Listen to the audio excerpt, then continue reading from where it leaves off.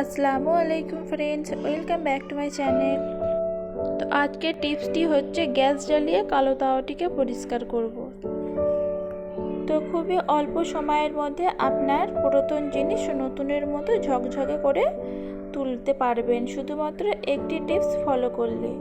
তো চলুন দেখে নিই আজকের এই তাওয়াটি কিভাবে পরিষ্কার করছি আর কতটা পরিষ্কার হবে। তো চলুন দেখে নিই।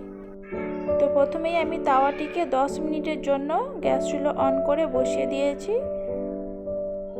তো গ্যাস জ্বালিয়ে কিভাবে তাওয়াটি পরিষ্কার করছি ভিডিওটি দেখতে থাকুন, আশা করছি ভালো লাগবে আর অনেকই উপকারিতা হবে।